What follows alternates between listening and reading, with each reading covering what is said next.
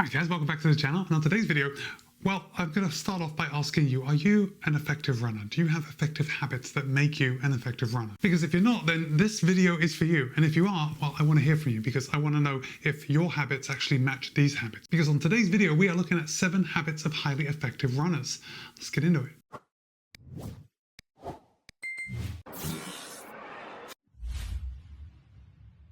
Okay, thanks for sticking through that intro. And on today's video, I did come across an article in Marathon Handbook, and the article is actually titled 7 Habits of Highly Effective Runners. And I gotta say, all of them don't actually work for me, or I don't do all of them, but I do some of them. And I think this video is going to be like a jumping off point to start a conversation to see what you actually do with your running. Like, how do you ensure that you get out of the door every day and do the run that you need to do? Now, I know a lot of people, they rely on motivation, right? But motivation is a fleeting thing. And if you relied on motivation to get, well, let me just talk about myself. Because if I relied on motivation to get anything done, I probably wouldn't get anything done. Because there is always going to be something else that you'd rather do. And that something else that you can rather do could be something useful, maybe chores around the house. But just as often, it's not. Like, it could be scrolling videos on YouTube. Of course, I'm not encouraging you to switch off. Like, finish this video, and after that, you can go for a run. Usually, you know, I know how YouTube is. We can get kind of sucked into it. Same with all the other social medias. And really, that isn't a good enough reason to not go for a run. Like, just because we are not motivated and we would rather sit on the sofa and just play on our phone is actually like a perfect reason to not rely on motivation for anything. So ultimately, the way that runners actually get out the door and they keep doing what they're doing, and you know what, now that I think about it, it's not just runners, it's pretty much any athlete, and actually it's probably anything that you want to do to better yourself. And of course, you're here because you are probably a runner or an athlete of some kind, but that could also be like doing a puzzle or working on a project that you've set yourself, but you know, maybe you've been pushing it aside. The things that all of us have in common when we want to get something done is systems, right? We put systems in place to ensure we're going to do what we said we're going to do or what we want to do. Or to make it even more complicated,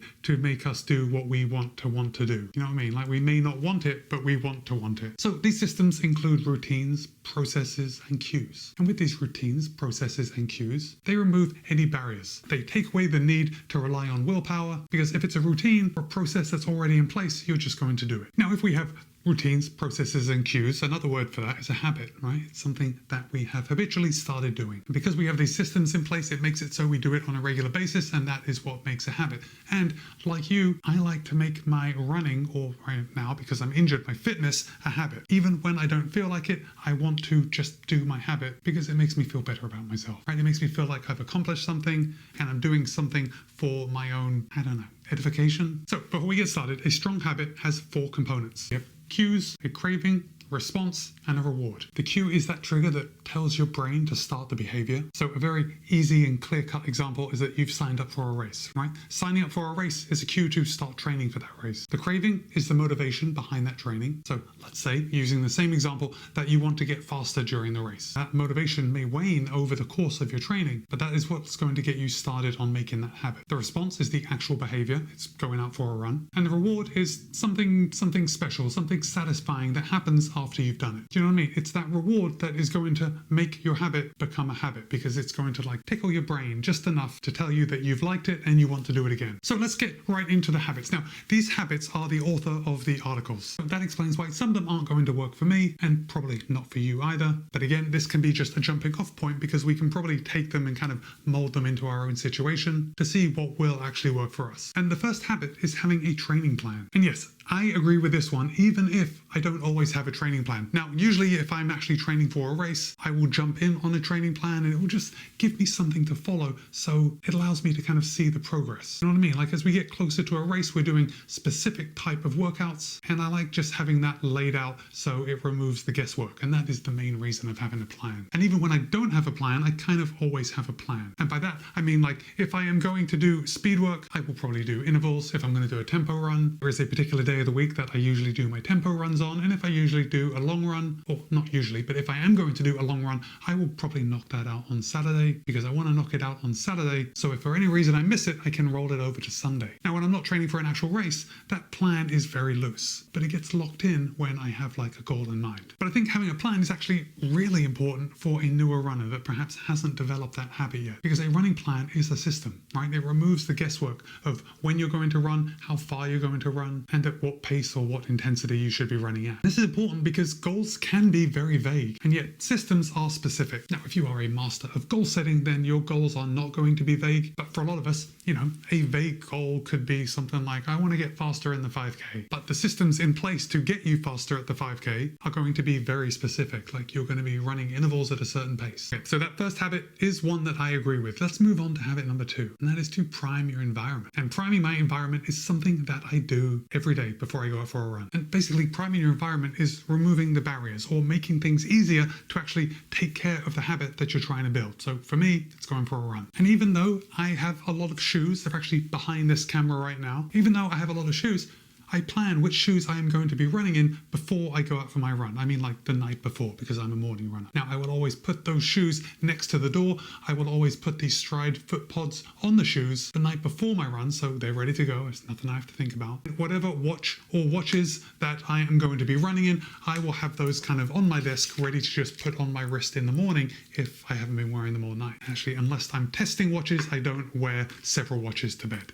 That's a little crazy, or at least it feels crazy when I am wearing several watches to bed, even though I know that I'm testing them. And it's not just about shoes, it's your running clothes. If you listen to stuff on the run, it's deciding what you're going to listen to before it's actually time to get out the door. If you're going to have a little snack beforehand, you have to know what that snack is and when you're going to be having it. Me, I will prep my coffee the night before, and again, just to give you a little insight into my habits, I prefer cold coffee. So I will brew my coffee, make it how I like it, a little bit of sweetener, a little bit of milk, and put it in the fridge. That way when I wake up, I can just go into the fridge, grab it, and I can sit and sip my coffee for half an hour before I go out for my run. That's part of my routine and priming my environment. Now, I know we already talked about priming the environment and how that is removing obstacles, but habit number 3 is actually removing obstacles. And for me, deciding what shoes I'm going to wear can be an obstacle if I'm not specifically testing a specific shoe at a time. So I have to decide, like, which shoe am I going to run in? That can be an obstacle. But for the author of this article, and you may relate to this, if they want to go for an evening run but there is no food in the house, that is an obstacle because he's going to go for a run, or if there is no food and you want to eat before your run, then you have to find something to eat. Or knowing that there's no food in the house for after your run, you may have to go out and get something because you're probably going to feel less like doing that after your run. Just taking care of that, planning ahead, having enough food, that is part of removing the obstacle. What are you going to do if it's unusually cold outside? Well, you're going to have to plan ahead and plan to wear some layers. For me now, especially in the summertime, I am planning to wear less layers.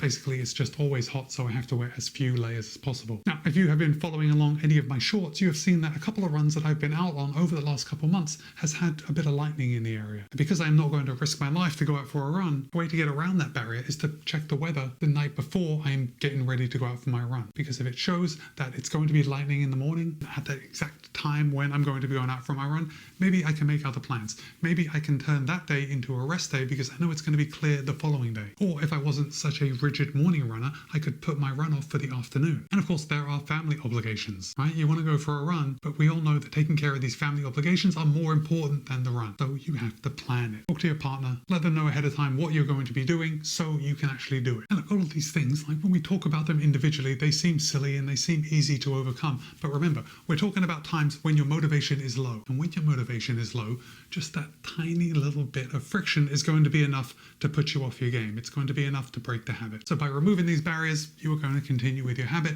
and ultimately be the best runner and person you can be. Habit 4 is to track and share your stats. This could be anything. This could be like taking a picture of yourself on the run. This could be being on Strava, so all your followers on Strava can see what you've already run, and then you can like talk to them and give kudos. And just that engagement with your community of people doing something similar to you can be an encouragement to keep doing it. You know how when friends comment or give kudos, it just triggers a little dopamine hit, and that's part of the reward loop. That is going to encourage you to keep doing it. Now look, it's not going to be the same for all of us. Of course, you don't have to have Strava, but maybe you've got some other runners that you run with. And in that case, you are sharing that run with an actual person. And either way, you are encouraging each other to be out there and just, go for that run. It's all very nice. I definitely like tracking my runs, and I definitely like sharing my runs. Although I do question how much it motivates me to just keep doing it. What do you think? Like if I look back at what I have already run, I don't see how that is encouraging me to continue running into the future. But as I said, all of these habits, all these tips are not going to work for everyone. So even though I do track my runs and I share my runs, I'm not sure how that is helping me be the most effective runner that I can be. But maybe it is. maybe it's just something that I'm not recognizing. Anyway, habit number 5 is to listen to something that is actually interesting on your run. And this is a habit that I can't really relate to. I mean, I can relate to it in a way that when I'm going out for a long run, I like to find something that I'm listening to and bring it with me just to kind of take my mind off the boredom, right? Because when you're going to be out there for a couple hours, sometimes these easy runs just get a bit boring. So if you have something to listen to, yes, it could potentially make it less boring. And I like the idea of knocking out 2 things at once. Highly productive when I get through an audiobook and I have knocked out a run at the same time. It feels good. But I did make a video a couple weeks ago about listening to stuff on the run and how I also think that I'm not really paying attention to my run enough when I'm listening to stuff. So I kind of have to toe the line. And I'm quite sure that you do too, because I know a lot of people like to listen to stuff when they run, and they could not imagine going out for a run and not listening to anything. So for you, this is a big habit. It's like identifying what works for you, what encourages you to run, and then just having it set up ahead of time so you can put on your headphones and head out the door. Okay, that actually just made me think of something that I wanted to ask you. How many of you actually listen to running podcasts when you run? Or do you listen to something else, like a podcast on another topic? Do you like to listen to audiobooks, or do you listen to music? Personally, I think I can say never on this. I never listen to running-based podcasts. Now, look, I know there's a lot of people out there that do listen to running podcasts, because running podcasts aren't something that I actually take an interest in. It just always strikes me as funny when the next person is starting a running podcast. But I realize that I am probably alone in this opinion, but that's okay, because I always have a good audiobook to listen to, and I'm happy just being alone with my book. Let's move on to habit number 6, and that is rewarding yourself with a healthy snack. And look, I'm not a dietitian, so I'm not going to tell you what you should be eating, but also, I don't know if this habit actually works for me, because I'm not sure that rewarding myself with food is the best course of action for me. I mean, I do reward myself with food because most of my runs are done before I actually have breakfast. So while I'm on my run, I am looking forward to breakfast. So I suppose in its own way, I am rewarding myself with a snack. It's just, a fairly big snack, a big breakfast. But I don't know.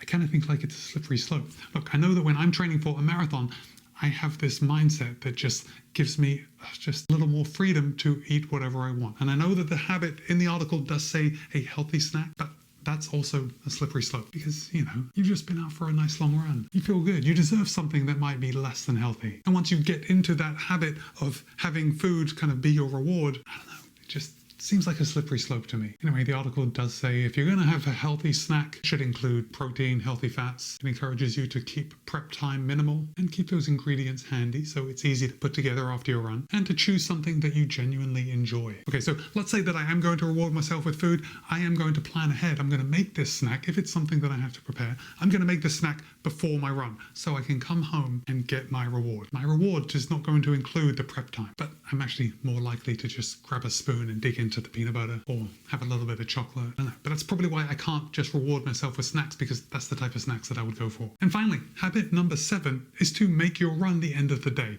And for someone that is a morning runner, this habit just doesn't work for me at all. I don't want my run to be the end of my day. I want my run to be the start of the day because it sets the day off on the right foot. One isn't better than the other. If you're an evening runner or a morning runner, that makes no difference. In fact, if you're an evening runner, you're likely to be able to run faster because your body has been primed and warmed up through the day. Personally, for me, when I come home from work at the end of the day, I don't feel like I could really do anything. Like I'm a bit of a wet noodle and I just want to sit on the sofa and eat dinner. But if you are an evening runner, then that seems like a pretty good habit. Make that the last part of your day. But now that I think about it, it's just a matter of perspective. My run could be the last part of my day. And then everything after that, so going to work, is the start of my day. So technically, I would be ending my day with a nap and a quick run before my day starts again. It's difficult to wrap my head around that. But it's just perspective. I guess the point is that you make it a habit, and how you make those habits really doesn't matter as long as it actually becomes a habit. I don't think I've helped anyone by outlining these habits, but hopefully it has triggered you to start thinking about some habits of your own, maybe what you already do and maybe what you could do in the future. And if you have been encouraged to take other habits, or you want to share some of the habits that you have that encourage you to get out the door, definitely drop a comment and let me know. But if you have made it to this point in the video, I want you to put the Brontosaurus in the comments, just so I know that you've made it to this point in the video. And the Brontosaurus has absolutely nothing to do with habits of becoming an effective runner. It only serves to show me that you have made it to this point in the video. So with that, it's Matt B. These have been some habits that could make you an effective runner. And yet it has probably made you realize that you don't have these habits and you have your own habit, which I definitely want to hear about. Be kind, be happy, run well. See you in a couple of days.